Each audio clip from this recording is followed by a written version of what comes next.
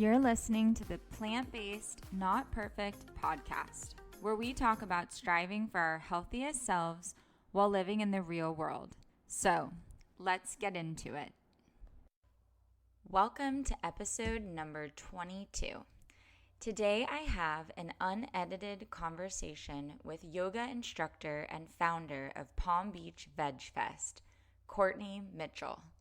On this episode, Courtney details her journey into eating a vegan diet just as her husband was about to start working with Boar's Head, the switch from leaving a job as an elementary school teacher to becoming a full-time yoga instructor, and we chat about creating VegFest, a nonprofit event with a mission to educate the South Florida community on eating plant-based. Courtney shares tips for transitioning to plant-based while others around you aren't there yet, yoga moves to implement for us who work 9-to-5 jobs, and how she lives plant-based, not perfect in her daily life. I am honored to have Courtney as my first podcast guest, and I am so excited to share her story with you, as I know that her journey will resonate, inspire, and motivate you as it has me. This conversation was recorded outside, so it does pick up some background music, but I like how it stays authentic and not perfect. Welcome, Courtney Mitchell. Tell us a little bit about yourself and your journey to where you are today. Thank you. So this all started really in 2013. I was teaching at an elementary school, and the room mom gave me, during Teacher Appreciation Week, the book Skinny Bitch, which I thought was a funny gift, and it ended up being like the single most influential book ever and totally changed my life.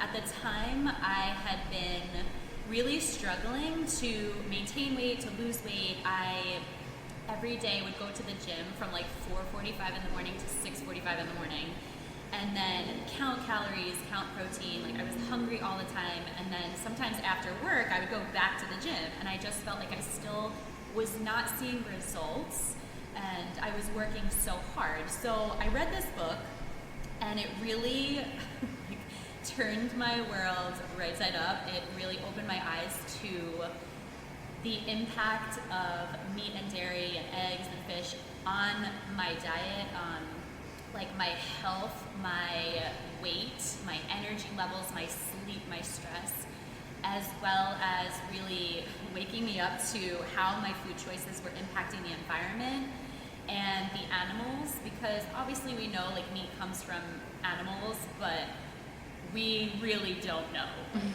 We really don't know what's going on. So all of that, I think I read the book in a couple of days on the Stairmaster at LA Fitness, and I was just so blown away. So immediately, just because I'm kind of an extreme person, I went home, I threw away all non-vegan things in my freezer, in my fridge, and I just decided overnight that I was going to do this 100%. And I never looked back. That was almost 7 years ago, and it was the greatest decision I ever made. It also, at the end of the book, talks about how yoga is a great workout. It's a great cardio workout, and I kind of always thought that yoga was just like stretching and laying around and meditating and not burning any calories at all. So I was like, okay, so if everything else they say is true, like everything else about diet and nutrition, everything, it's like I'm gonna trust these girls and I'm gonna try yoga. So I took the yoga classes at LA Fitness for a couple months, and I fell so in love with it that I quit my gym membership and I basically moved into Yoga Journey Studio. I was practicing there almost every day. I was just absolutely addicted. And the combination of eating 100% vegan and doing yoga, like I am in the best shape of my life. And as I get older, I keep finding that I'm in better shape than the year before. I feel leaner, I have more energy. I just feel like my sexiest self. And I can't believe like how hard I used to work counting calories and counting protein, and like how much math went into every meal, and being hungry all the time and not being in as good of shape as I am now. And I feel like I eat like a monster. Like there's never portion control. I couldn't tell you how many calories I eat I have no idea, like in a whole day, I have no idea how many calories I eat. I don't ever read the nutrition facts except for the ingredients. Like I am totally like very anal about like OCD, reading the ingredients of everything, but I never look at calories or fiber or anything. Like I just know that if I eat vegan and it's organic, plant-based, and whole foods, that it's healthy and it's working. And yeah, it's been, I used to get sinus infections all the time. I used to be sick all the time, and people would just brush it off like, you work in an elementary school, what do you expect? And that's not true, because I went vegan, and I swear, like I haven't been sick one time. Since it was April 13th, 2013, I read this book, I went vegan, I have not been sick. I haven't had a quote-unquote common cold. I haven't been sick at all. And I still was working at the elementary school. Kids were sneezing in my face, coughing on my hands. It did not matter. It was like all of a sudden I was invincible and I couldn't get sick. And so I spent so many years before that, like in the doctor's offices, and they would just write the prescription and send me on my way. And no one ever asked, what are you eating? And no one ever suggested that dairy causes mucus and causes congestion and causes all these horrible problems, acne, weight gain, everything. And so it really, this book really opened my eyes to like how lacking the American education system is, because I have a master's degree in education and I never learned this in school. And that's a lot of time in school, in college, never learning this information that should be the foundation. This is like, if you don't have your health, you don't have anything. Like how could we be sending people through school and never teaching them how to take care of their bodies, and like really letting the meat and dairy industry dictate like what's allowed in the textbooks and what we're allowed to talk about. I remember like one of the final straws before I quit the elementary school was in the science book. It said one of our human resources is our cows, and they provide milk for us. And I like lost my shit. I was like, no, that's not why cows exist. It's not to provide. You're like, I won't be teaching today's lesson for you guys. And I was teaching, I think it was second grade at the time, or first grade, and I was like, I don't agree with this. Cows make milk for their babies, because just like your mommy made milk for you when you were a baby, cows make milk just for their babies. They don't make it so that we can have cheese that's very unnatural. And so I knew that it was definitely time for me to do something else, because the information was just so foreign to everybody I was working with, and it was not well received. So I was like, okay, I need a different platform. Like I still need to be a teacher, because I feel like myself when I'm teaching others. Like I love education, but I knew for sure that like elementary school was not going to be the place for me. So how much time had passed before you decided to leave? So I think it was, well, let's see, I resigned in 2015, in May 2015. So that was April 2013. Okay. And then, so I got into yoga, and that's really like how I was able to quit my job, because I found yoga, and I started practicing all the time at Yoga Journey, and I was like, this is the life. Like, this is absolutely, my soul is so at peace here. Like, I really need to be in this community. So I did Leslie Glickman's teacher training in 2014.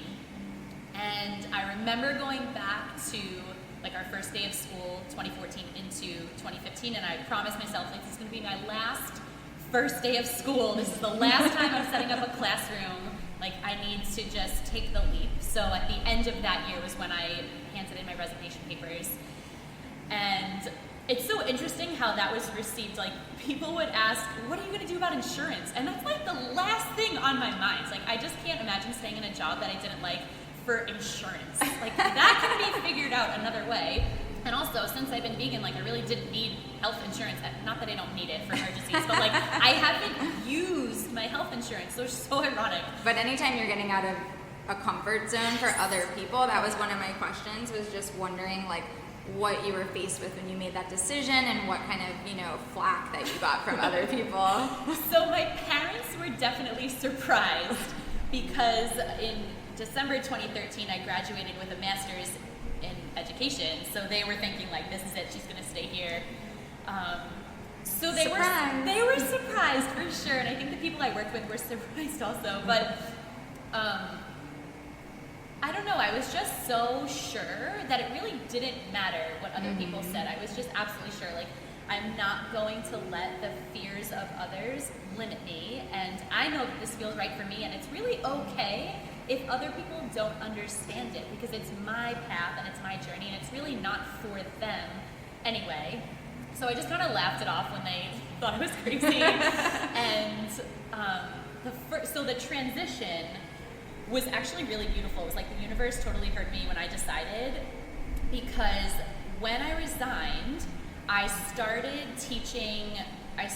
subbing yoga for my teachers, whether it was a corporate office or at Yoga Journey Studio, and then I just kind of told everybody that I was transitioning to yoga so that they would know, like, they keep me in mind when they needed a sub or when they were giving up a class. And it turned out that a few of my teachers were kind of over their corporate yoga classes, so I got to take those over, and then I started teaching children's yoga at the school where I already worked. So I rented the classroom at the same elementary school where I was working. I rented the room, and then after school, that would be like one of their extracurricular activities. So I started doing that right away, and it also helped me to build my confidence in teaching yoga, because kids are so forgiving. They're like, they think everything is awesome. They think that you're the greatest thing ever. So they were really wonderful in like helping me to get into teaching full time. I don't teach kids yoga anymore, because it's honestly like, it's like trying to herd watching cats. Recess. Oh my gosh, it's just like, it's exhausting, I'm not gonna lie. But that's cool that the school did it, because Yes. I never thought about that, because I've seen like meditation being helpful for children, so that's really interesting. It was amazing, and it was a lot of fun, but it was definitely like, it was so exhausting, so I passed that on. And then Leslie hired me to teach at Yoga Journey. So I started teaching there. I was sub for anybody. I had my own class, and it just kind of built from there. I, through my acupuncturist, have been able to build a full schedule of private clients. She helped me get into teaching at hedge funds, and I teach private beach yoga. It's just like, I'm living the most enchanted life. I'm so, so grateful. And it's just like, everything has unfolded so beautifully. Like, I feel like these opportunities just come to me, and I'm not ever like scrambling. I'm never like worried about income. It just has unfolded really in the most magical way. And that's how I think you know that you're living your, purpose in life. This is where I'm meant to be. So one of my other questions was, during the process, how was it experiencing just changing your diet with family members and people around you, and were they receptive to that, or how did that go? So I decide April 2013 that I'm going vegan, and at that time my husband was about to take over his family's Boar's Head route, which sells meat and dairy. So it was totally awkward. Like, I remember coming home and just telling him, and he was like, what? Like, he was so surprised, and he just didn't understand it, because it's something that's so important for us to remember, is that, like, I read the book, I had the information, but the people around me didn't. So I need to be patient, because I'm at a different space in information. So he was surprised and just kind of like, do you get that this is what I do for a living, right? I was like, I understand.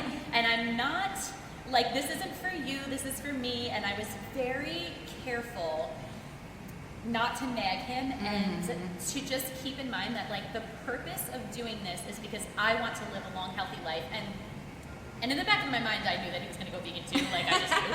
But I wanted to be so careful that, like, it wasn't because I was trying to be right and I was trying to make him wrong, because our relationship is so much more important to me than, like, our food choices. But I want him to live a long, healthy life. So ultimately, like, it's not about me being right. It's about him living with me, like, just being healthy and not suffering from preventable health issues. So I knew already that he was a picky eater. So I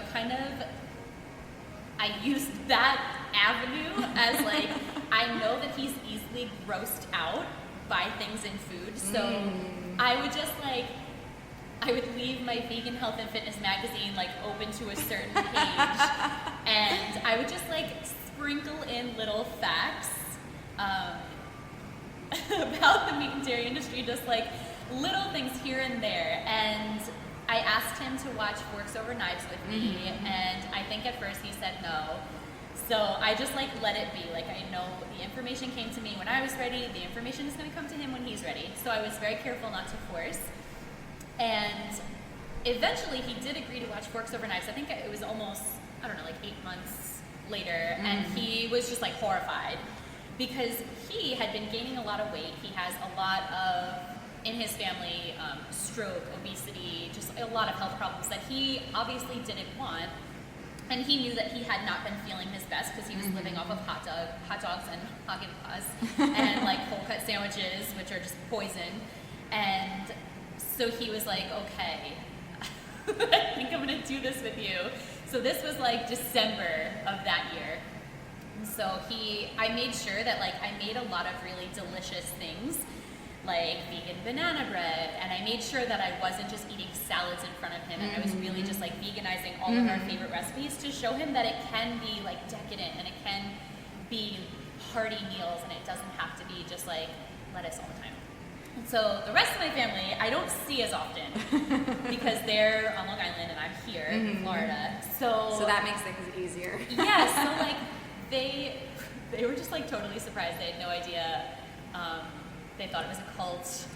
And they were just like, I have to be patient with them because I'm not there to show them. So my mom will ask me, she's like, I'm at Whole Foods, what do I get? Where do I get my protein from? And it's just been like, providing the resources I think is the greatest opportunity we have to help people, because just telling someone to eat vegan or like telling them what I eat, I feel like that's not motivating. Where like, where our opportunity really is to give them, like, recommend the documentaries, recommend the books, recommend the cookbooks, and send them pictures of like food that you made. I feel like that's more inspiring, because then when they have the information themselves, then they're motivated to stay on track. Where like sometimes people will just text me like, hey, I need to eat vegan, what should I eat? And it's like, that's like, I can give you a grocery list, but that's a loaded question. Yes, and it's not going to inspire them to stay with it.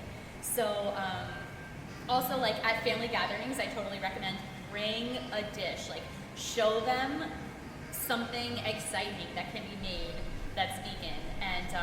And also like, just because now they're nervous because they've cooked for you for all these years, and like family holidays have always been a certain way, and now you're changing up the rules, and it's like, it's our job to help them. Like, bring your own food, give them a recipe. But my family, honestly, they've been amazing. Like, my aunt, I remember when Christmas was like, hi, like, what do you want? I will make anything. Like, just what soup can I make for you? What main dish? Like, just tell me what you want and I'll make it.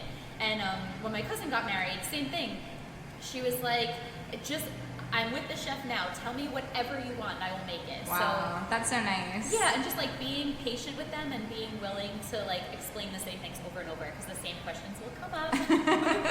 But I have to say, like, now my parents are almost completely plant-based, but it's been a process. Like, I'm almost 7 years, and they're just now like almost completely vegan. And like, you just have to know your audience. Like, I know my parents are animal lovers, so that was a long answer, but it's okay. So I have to ask, is your husband fully vegan now? He's like vegan activist now. Oh so my gosh. His story is really inspiring as well. So and I'm sure his family doesn't appreciate it because they own Boar's Head and now he's vegan.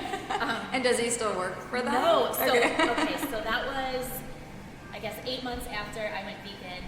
He decided to go plant-based as well, and his transition was not overnight like mine. He like slowly made the switch, and then he decided that he wasn't going to take over the Boar's Head route, and he was going to do something else. And at the time, he was not certified in yoga like I am, so he didn't really have like a plan B. Right. So he told his family that he wasn't going to take it over, and it was like, okay, now what are we gonna do? And he said, honestly, like, I would rather be unemployed or washing windows than to sell, not only like to sell dead body parts, like just animal body parts, is like, I just can't, like, I cannot sleep at night knowing that like that's the career plan. So he was like, not only that, but also like the cold cuts, like meat and dairy are what is killing people. It's what's making America obese. It's what's causing heart attacks. It's what's causing type 2 diabetes and strokes and Alzheimer's and dementia and acne. And he was like, I just can't sell, just like I wouldn't be able to sell cigarettes, like he couldn't sell meat and dairy anymore. Yeah. So he's like, I'm just gonna quit and we'll figure it out. It's like, okay. So he became actually a vegan health coach. Really? And so I was teaching yoga and he was doing Whole Foods tours and like taking people through the same stores that they would shop at anyway and just showing them like, okay, this is what you bought before, here's the vegan option. Like it's right next to it. Awesome. You know, it's like they have vegan cream cheese, they have vegan cheese, they have vegan dressing. Well, a lot of people just don't know. Yeah. So that's really cool. And it's right there. It's like the almond milk is right next to the cow's milk. So he started health coaching, which was amazing.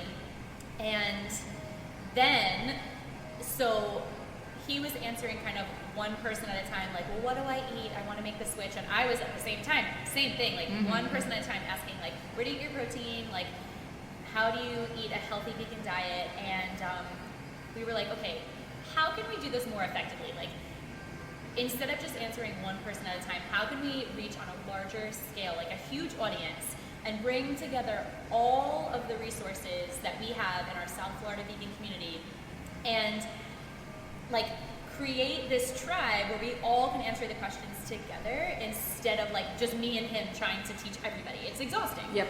So, you know. Get a podcast. Yes. I didn't even know what podcast was back then. So now well, maybe next I can help walk you through it. So we started Palm Beach Veg Fest. So we're like, okay, we'll get like all the vegan restaurants together. We'll get, because it's not just the food, and I think that's the part that was really challenging. Is like you need to get the skincare stuff that's not tested on animals and like doesn't have secret ingredients, and teach people how to read the labels, read the ingredients, and so. Palm Beach Veg Fest turned into this amazing, like, it's free admission, it's family friendly, the vendors pay to be there and then they can sell everything to, I mean, we had 7,000 people at the January event, so it's been a really amazing, it's my favorite day of the year, Palm Beach Veg Fest. I love it so much. So it's everything from like jewelry and yoga studios to like vegan gyms, vegan restaurants, bakeries, everything. And so we kind of brought together everybody to show our audience that you can eat like indulgent foods. It's not, we are not just, it's not restrictive. Right. And it's not just salads all the time. Like they do have vegan bakeries and it's right here. And I want our vegan businesses in South Florida to be successful. Like I really want all of these companies to do well. So giving them that exposure and like we're all helping each other. And we also have vegan activists at VegFest who show people, they have a virtual reality where you put the goggles on and you get to experience what it's like to be in the factory farms. Oh my which God. people don't know about. And we get a lot of people who, like even they've the never police seen anything. officers, they have no idea. The police officers, They're like crying at VegFest. I know, and then we give them like vegan ice cream and they go on their way. But even like the police officers at VegFest, they volunteered to watch the virtual reality. And so, like, if VegFest didn't exist, like when would that have ever happened? Yeah. So we to have open that up. Yeah, we have a lot of people who have gone vegan just because they attended the event and they learned something and now they're inspired and they know that it's not only possible but it's convenient and that there is, like, we are here with open arms. This huge community is here to help. There's so many of us. And when I went vegan, I literally didn't know a single other vegan. So I was like, oh, really?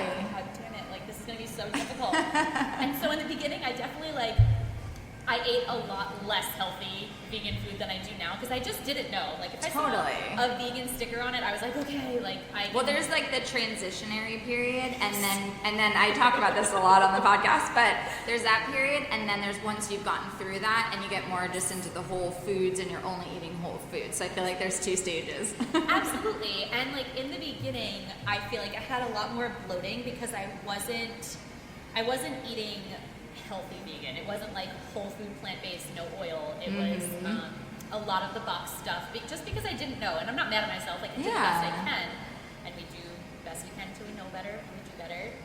And so, like, I love that those options are they're available. The plant-based burgers and the cheeses, all of and that, and it's mm-hmm. great. I'm so happy that exists because that's where my parents are at right now. Yeah, and that's great. Like, my mom is always texting me, "I'm making chickenless chicken wings and like meatless meatballs and fishless fish." Does that make you so happy? It's hilarious. She's so cute. I adore her. And she's so excited about it, so like I'm not even at the point where I'm gonna tell her that that's actually not really that healthy, but okay. I'm just letting her be like, I remember what that was like. It's like you're excited that you found something familiar, it tastes familiar, it looks familiar. Like, I'm so glad that all of that exists. But I definitely now I eat a lot more just fruits, vegetables, rice, all of the carbs. I want to emphasize, I eat a high carb diet. Yeah, what does like a typical day in your diet look like? So in the morning, I eat healthy in the morning. I'll have like fruits and acai bowls. I might have a tofu scramble with a side of potatoes. And then I'll have maybe a salad I love beans. Oh my gosh, like beans and rice. And then with a side of salad, that's amazing. I also love vegan mac and cheese. You can make it yourself. It's nutritional yeast and like almond milk. And I love vegan baked goods. Like, I just cannot get That's away. your weakness? Oh my god, the vegan brownies. Like, vegan cupcakes, all baked goods. That whole umbrella of heaven. Like, that is where I'm at right now. But I save it for later in the day. I found vegan chocolate. We actually, at Yoga Journey, we sell CBD vegan chocolate. I saw that. Oh, it's amazing. It's good. I'll have to try that. Yes, so I love that. Throughout the day, though, I eat so much rice and potatoes. Like, I'm not afraid of carbs at all. I love empanadas. I love carbs stuffed inside of other carbs. I love carbs stacked on top of other carbs. Like vegan, my mom makes vegan pancakes, vegan banana pancakes with blueberries, which are amazing. And I really don't have like, I don't have a schedule of like when I eat every day, because my private clients, it could be different every day. So it's not like I have a breakfast like time. a strict schedule every Right. day. So if I was at an office or teaching at the elementary school still, like I definitely would have a breakfast time, a lunchtime, and a dinner time. But I eat whenever I'm hungry, and I just Perfect. eat until I'm satisfied, and I just eat whatever I'm in the mood for. And I know that I feel better when I stick to, like, I will put hummus on anything. I love hummus. If it's like a vegetable or a savory kind of thing, I will slather it in hummus. And then if it's something sweet, I will cover it in almond butter. Like, I love sunflower seed butter. I love all of that, cashew butter. So I eat a lot. I think that one of the greatest things about my Instagram is, like, you can see how much I eat, and people are always amazed that I can stay the weight that I am, eating as often and as much as I do.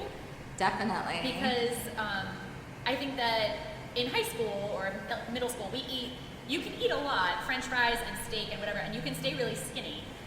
But when you get older, it doesn't work that way. So it's like, I still eat a lot, and I eat all the time, but I'm not gaining weight like I would be if I was eating, I guess, as much food, but animal products. Right, exactly. It's important for people to know. Yeah, I definitely talk about that a lot. I did a whole podcast on like fruit fear and sugars from fruit, and then just every night when I post pictures of my dinner, it's typically very carb centric, and I eat a lot of carbs and I don't gain weight. Yes. So I think that that's really important to share, just not being restrictive and all fruit of that. is the most amazing food. It's so easily recognized by the body. It's easy to break down. And it's not the same sugar as like... I know. That's like one of my pet peeves. It's like, and you need it to run your brain. Yes. But I think that's just, there's a lot of misinformation and myths out there. And I understand it because you're conditioned to believe certain things, and you just don't know any different. Absolutely. And I think that that's been an eye-opener as far as like, I went on the Holistic Holiday at Sea vegan cruise, which is basically, if you've never heard of it, it was a 2-week immersion with the leaders in nutrition from around the world. So Neil Barnard and Dr. Colin Campbell and Michael Greger, Joel Kahn. Oh, I love him. They're Greger. amazing. And they present studies that have been done with diabetics who eat a lot of fruit, and they're able to not only manage their diabetes if it's type 1, but they're able to reverse type 2 diabetes by eating vegan and not really restricting anything. I mean, there was this one, Dr. Neil Bernard talks about the study he did with Geico, where these are people who sit at a desk, and they were told, as long as it's 100% vegan, you can have pancakes in the morning, you can have fruit, you can have anything, you eat as much as you want, don't portion control, and let's see what happens. And they were finding that like they were losing weight, and they're able to reverse diabetes that way. Like, that's why Palm Beach Veg Fest exists, because we really need to like clear up this misinformation, this fear of fruit, which is like comes like perfectly packaged with everything your body needs to process the sugar. I know, it's so sad. So since we're talking about Veg Fest, one of my other questions was, what has been the most challenging part of starting your own nonprofit? The paperwork. The not fun stuff? Yes, like, I just, in my regular life, I don't really live with a lot of rules.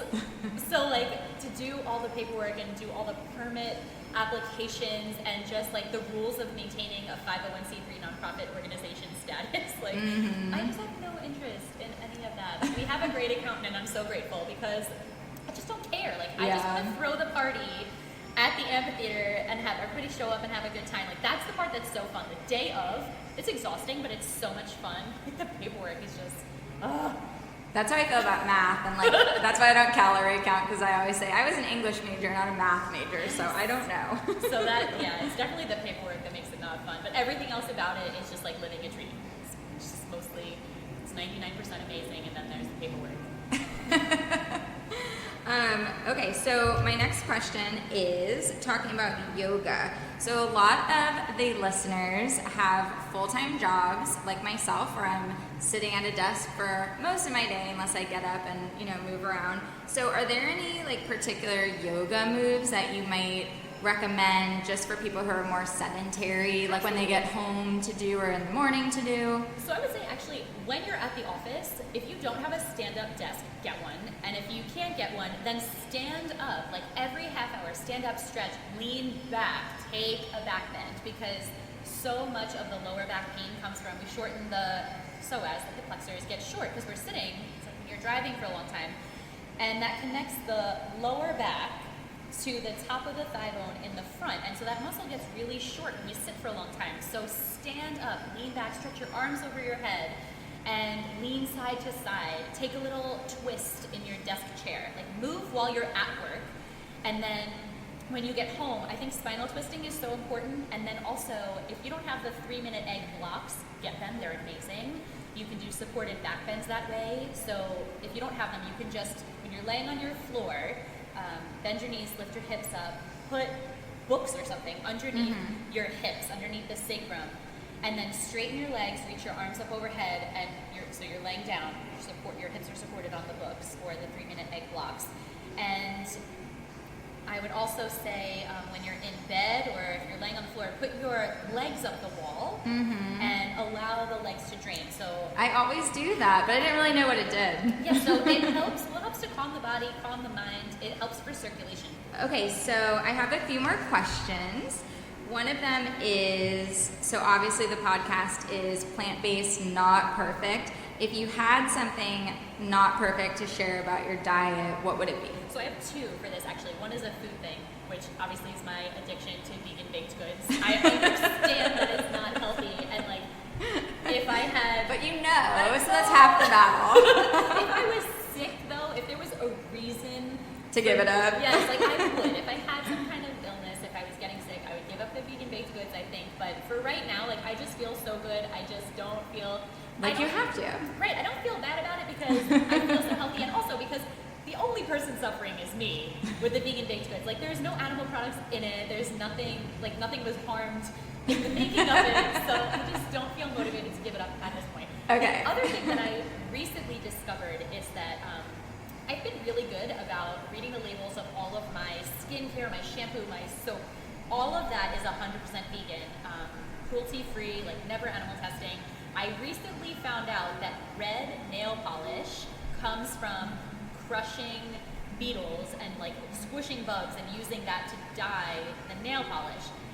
I didn't know that. I haven't used red on my toes for a while. I just recently I got the Dazzle vegan polish when I was at the spa, and I was like, well, what makes the other one not vegan? And she's like, well, it's not tested on animals, but it has like beetle guts in it. And I was like, holy shit, I had no idea. Like, yeah, I found it because I just love researching and reading, and I hadn't literally gotten a manicure or pedicure in like eternity. And then my mother-in-law and I, she's plant-based too, we bought vegan nail polish, and I bring it with me. I bring my own nail polish every time I get my nails done, but that's crazy. Yeah, I think it's difficult to switch everything over, and then you don't even think about what is in all of your other products. And it's important that we don't get mad at ourselves for something we didn't know. Like when I was on my honeymoon, I remember like I was vegan and Mike was not yet. So I remember like trying to communicate to like I had it written down, the translation of like I'm vegan, or I wrote like I'm allergic to eggs, milk, fish, whatever it was, so that I could tell them. But I don't know if they understood, and like as far as I know, everything they gave me was vegan. But like if there was something in the sauce, like I'm not going to be mad at myself because I tried. Yep. And we can't let that like push us backwards into like, well, whatever. You have one thing and then you just give up on it. Right. So it's just like forgive yourself and move on. I love that. That's what we talk about a lot. Okay, so if you could go back and speak to yourself at 20, what would you tell yourself? I would tell her, you're beautiful. Everything is working out. Just trust the process. Know that it's going to get better. It'll get easier. And just don't give up. I love that. Okay, so this is rounding out the episode, and I want for you to share where everyone can find you. So pimp yourself out, your social media, the website, also the dates, because VegFest is coming up, you guys, so I want her to share everything about that. Awesome, thank you. So my Instagram is not a basic Mitch, because my last name is Mitchell. And we also have PBVegFest is our Instagram for Palm Beach Veg Fest. We have on our Facebook event page for November 10th, there are 4,100 responses so far. So if you look at Palm Beach Veg Fest on Facebook, we have all 4 of our events on there. It's November 10th, West Palm Beach at the Meyer Amphitheater. And then we have December 14th at Meisner Park Amphitheater in Boca. On January 19th, we're back at West Palm Beach. And then March 21st at Meisner Park Amphitheater, again with the tent that time, because that's a little warmer, and just in case there's rain or something, we actually paid extra to have the tent up. Yeah, so we hope to see you there. The website is PBVegFest.com. That's where all the vendor information is. We have photos from our past events, and if you're looking for the vendor list of who's already signed up, you can look on our Instagram or our Facebook, and I hope to see you at Yoga Journey. Awesome. Thank you so much. I will link to everything in the show notes. And thank you, Courtney, so much for joining me. Thank you. Bye. Bye.